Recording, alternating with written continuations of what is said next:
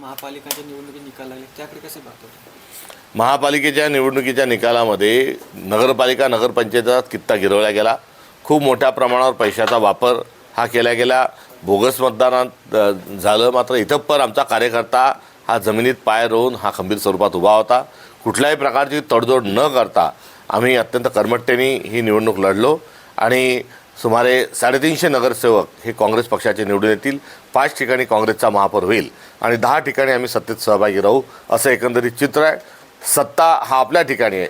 हा काळ संघर्षाचा आहे, वैचारिक लढाई लढण्याचा आहे आणि काँग्रेस ही लढाई लढण्याकरता कटिबद्ध आहे.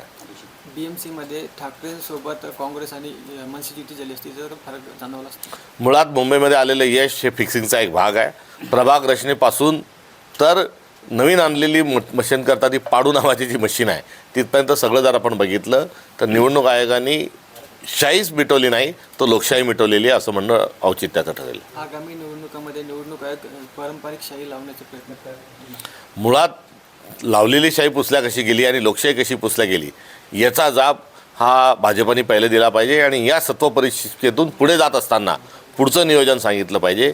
सावरासावर करणं हे बंद केलं पाहिजे. निवडणूक आयोगाने भारतीय जनता पक्षाच्या इशाऱ्यावर चालणं देखील बंद केलं पाहिजे. दादा, आगामी जिल्हा परिषद निवडणूक आहे, पंचायत समिती त्याकडे कसं बघतं? कारण ही निवडणुकीचे निकाल त्यावर परिणाम होते. परिणाम जो 2 निवडणुकीचा कित्ता आहे तोच कित्ता हा पुढच्या जिल्हा परिषद निवडणुकीमध्ये गिरवला जाणार आहे आणि भारतीय जनता पक्ष ही कुठल्याही प्रकारची नैतिकता त्यांच्या शिल्लक नाही, कुठल्या प्रकारची लाज देखील ते आता बाळगायला तयार नाही. त्यामुळे बेशरम स्वरूपामध्ये पुढची निवडणूक लढताना ते आढळून येतील.